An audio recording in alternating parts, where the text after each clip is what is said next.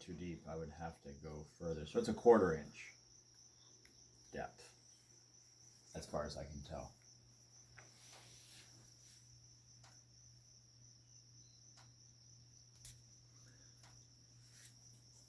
So, yeah, because if I did it over here, it's still probably a 1/4 inch. It's my guess. Yeah, more or less. So it's a 1/4 inch depth. I can always, if I'm able to, I can do another 1/4 inch depth or something. I'll just see how it goes.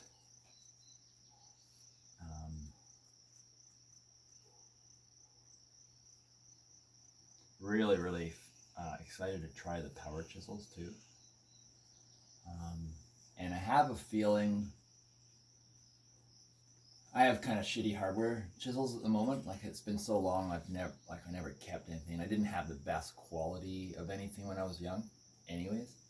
But there's probably at this point, I most likely will be, the only place I can think of would be, that's closest would be Lee Valley, to grab a one or two or three or whatever chisels at that point, you know, when I'm doing fine tuning, if they're not enough and I want to just do some little whatevers. But I think that the chisel thing also will be when I want that look, you know, that chiseled look where it has little bits chipped out.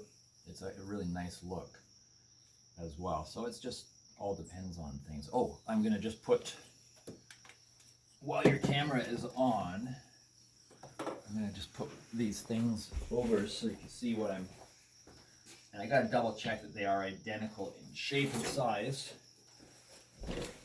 Ugh. This stuff is heavy. Now, are they identical? Probably not, because I mean, they're hand cut. Yeah, see the subtle differences. So I've got to find each one which, you know, and remember that has to go to the same place. That one's closer. Those two are close. That one's identical, maybe. Yep, that's pretty well identical. I mean, there's little things that are not, but that one has a bit longer of a thing. So I just got to remember these details. But let's try one. I don't have the big bolts at the moment, but so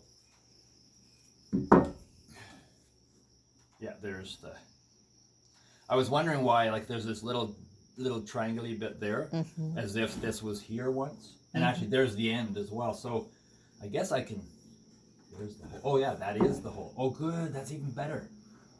They were once back here, and I was concerned about that because I wanted to keep this little lip, and what I wanted to be able to do is when I have the frame, I wanted the frame to go to here.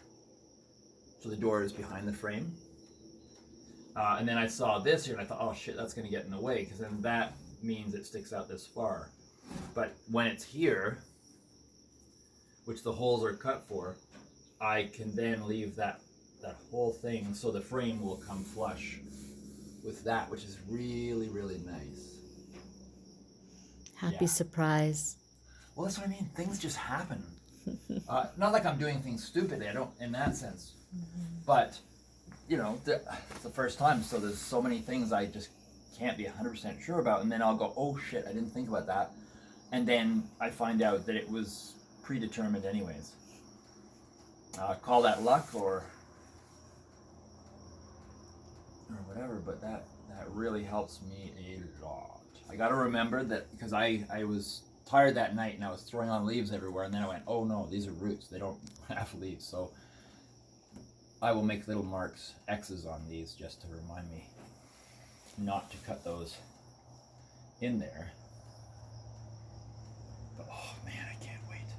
I do have to just draw something for the I don't know, actually maybe I'll cut into that a bit first and then I'll draw something on it, because I've got to find out what those holes were, if they're for anything, before I don't think they, oh wait, there's, you know what, they might be, I've got to check those things, make sure no, they're on the inside, I think. There's these little things that click, lock down and up to, I guess it's like locking the door from the inside into place. we have it in the basement, that door, right? The little thing you push up and the little thing you push Right. down. They have those, and they're actually really beautiful. They're big metal things, and they look nice.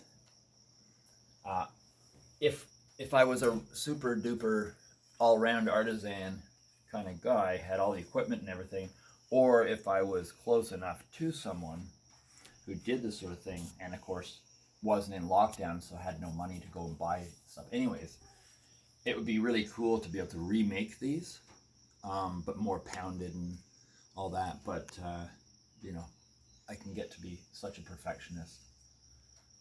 It's crazy, but yeah, these will do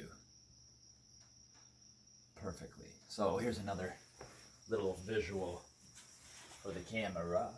So where are the holes? I'm pretty sure, yeah, that lines up with that hole, that one lines up with that one, and that one lines up with that one. So that's kind of how the sun and the raven, for example, are gonna work with this thing. But you see, you can see these, like there's little marks where this also was here, which would be to there. And it's probably the same thing. They went like, fuck, it's not going to fit into the frame. So then they moved it over. So I'm happy about that. The biggest challenge, I think, well, we'll be working around the hole that's on the other door for all the hardware. I got to just put hardware back in place and make sure I don't cut something away that was supposed to be there for it. And then also working on this will be interesting. That will be interesting. And kind of slow going until I get something working the way I want it to work. And it's nice because it's all, except for the sun, it's all in the trunk. So that's great because I can just make it have that sense of, you know, a trunk has all kinds of knobbly bits. So if I just put more knobbly bits continuing, it'll just look like it's part of the trunk and it'll give it more 3D effect. It's the sun, which I'm going to, God, it's going to be interesting. That's gone? What was that beep? Something came in. Yeah, we have to remember to take our phones off. Yeah. Thing. But I'm thinking for the sun, what I might do is override my lines I have here and bring this, like take this little piece, like so it's flat, just for here to here, flat, and then I'll redraw where those lines are after I get that shape off. It'll make it just give the sun a little more Right. shift from this texture to that, and I'm going to press these pieces back in too. And it's a delicate thing working with the screen here. I have to always make sure I don't catch anything on here. I've got a little couple of dots there, holes. But it's nice to be able to use my easel for something else. Like it just shows me how versatile that easel is, the heavy easel. This is the only one that can hold that kind of weight, but it's working really well. Yeah, big easels are worth it when you're doing, you know, other size things. It's great. And depending on how the sawdust is, what kind of a mess is happening, if it feels even messier, even out here, one thing I can do is have a fan just blowing on me, on the area, which is most likely what I'll do. But I could also take my air filtering thing and put it up close to here, and it could just be sucking the air out of the way and filtering it. So there's a couple of different options I have, or I can even kind of do both. I can have that sucking it, and then maybe over somewhere else a fan just kind of excess blowing, or blowing it to the sucking part. Actually, that's an idea. I'll have on one side the fan blowing it this way to the filter, and then that'll get it right into the thing, and there'll be less mess to sweep up afterwards. Cool idea. See, the thing is, when you've been doing something forever, like me with tattooing, I have my whole system, everything's set up, I know all the ins and outs, and then all I have to do is focus on that individual piece and that individual person. But with something like this, where I have never done it before, just like with the skull, I'm learning I'm testing out strategies as I go and seeing what works. So it's about, I don't know how many times a learning experience, but it's a whole other exciting thing for sure. Oh, I can't wait to use this. Oh my God. This is freaky how exciting it is. Oh, yeah. So I'm going to get some, I still have to draw the eagle or leave a space somewhere, figure out that eagle thing before I touch anything up there. It's going to be small, kind of as if it's floating the distance, flying overhead. That's how I'm going to work it in. Where? In fact, I might, you know what I might do? I might, if you imagine this on both sides, the other raven, I might just put a little, like a little winged thing, you know, when you see a bird in the distance, and it might just fit perfectly in here and here, and I just put a little head there, so it's flying right at you. Wow. I think that's cool. Oh, cool. And it's kind of made its own space for Oh, it. well, you'll see how it unfolds. Yeah. No, I like that. I like that. So I can, you know, I better draw something on there, or else I'll go merrily away and go, oh shit, I just removed the spot where. That's a high risk if I don't plan something ahead of time and I have it in my mind and then I get engrossed in what I'm doing. All right. Well, how about I park the video here? At this stage, yeah. Yeah, and then we'll pick it up from there. It's pretty warm, eh? Yeah, it's awesome. It's pretty warm. Tor is definitely in the shade. And did you twirl around just so that people see kind of the what I see while I'm up here is this view.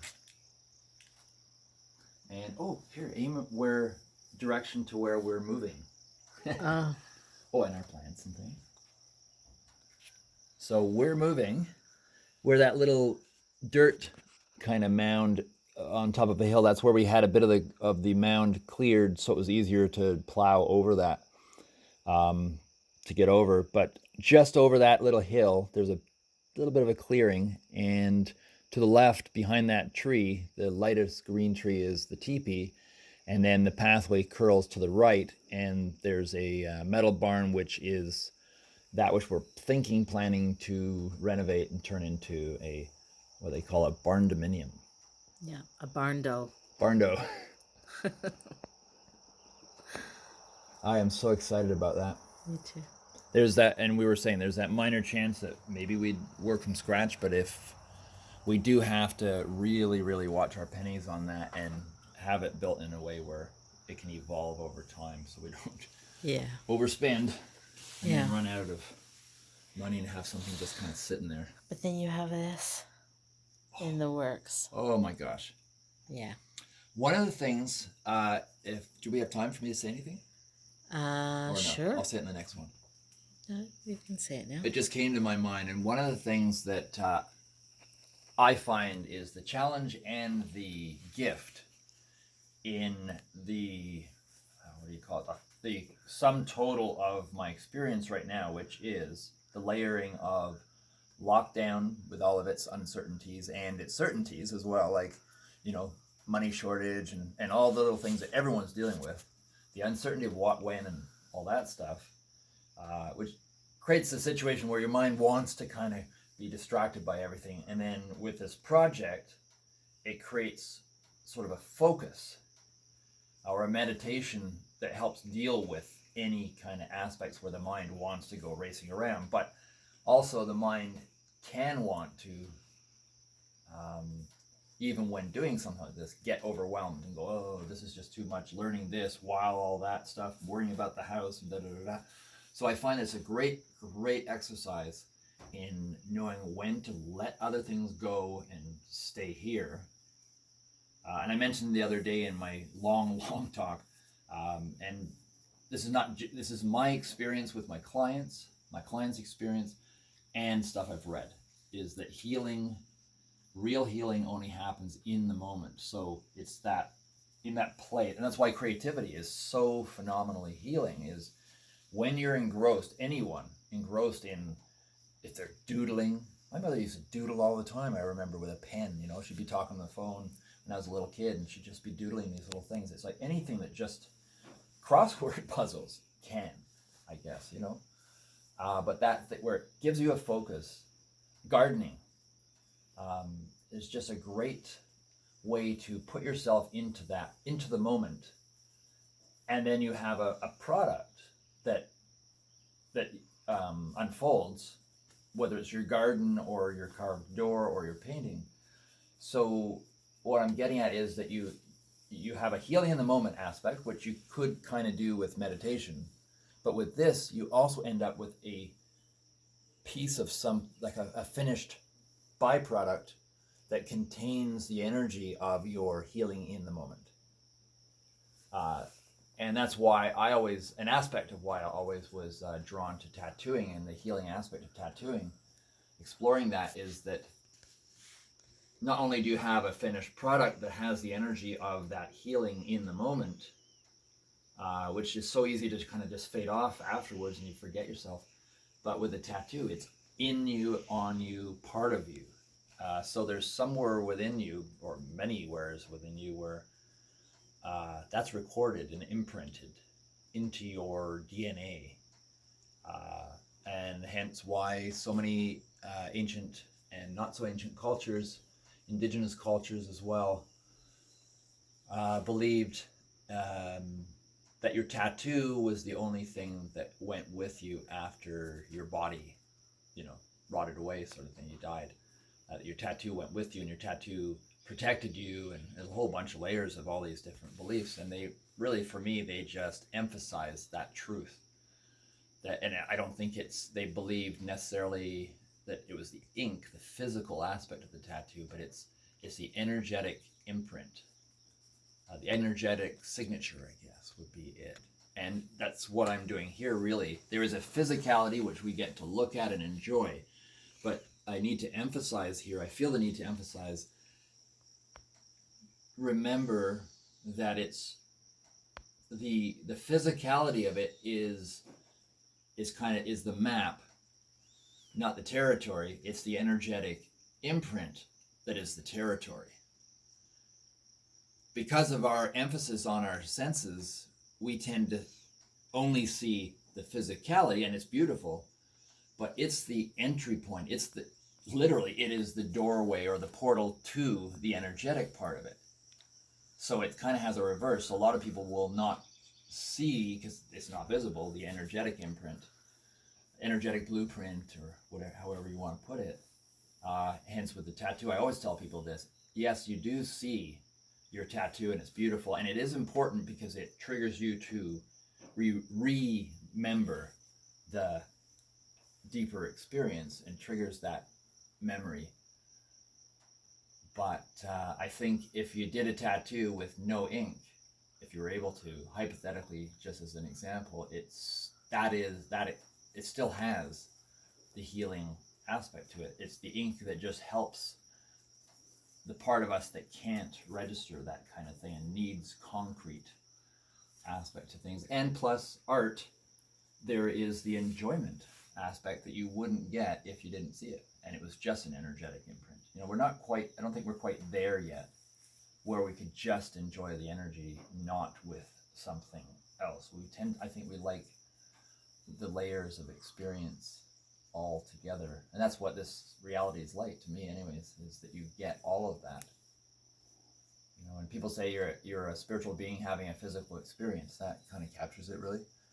This is the physical experience part, and then there's the energetic part, which is more who we are, our identity, which a lot of us, I think all of us, are trying or not trying, depending, to remember, to bring that forth, sweat out the programs that hold us back, if I can use that metaphor. Bring those poisons to the surface to be released. And I think, on that note, from my talk the other day, I think that's what's happening right now in the world. Yes, there's a lot of violence, a lot of mayhem, and we can get focused on that, and it is horrible, the fallout. But if we can see the energetic aspect to it, I feel like it is very much like someone sweating out toxins. It's not enjoyable, but when you have a flu. Yeah. right? It doesn't feel good. You're sweating, but that's your body doing its healing. And a lot of people take medication to stop the fever, and that's not good either, because that's part of your healing mechanism, is to sweat things out. And that's what I think the world is doing right now. A detox. Yeah. Things are coming to the surface, and then as long as we deal with them, clear them. Hence why now everyone's, and I'm so happy, or many people are starting to focus on the good side of the bad. They're starting to see those glimpses of things, and people are starting, like police hugging people and taking their helmets off. All that stuff is this shift in my way I see it. Yeah, it is. To noticing, oh, there's an energetic aspect to this. There's a good side to this. Look what's happening. I mean, you never had police hugging people before. It just wasn't a. Well, I got to hug plenty of policemen when I've tattooed them, but not in a, you're walking down the street. So that's pretty unique and very valuable. The idea that a circumstance can set up a situation like that. So with like what I'm doing and what many people are doing around the world, their own energetic contributions while we're on that tipping point, this is when everyone's creative work, energy work, will make a massive difference. Massive difference.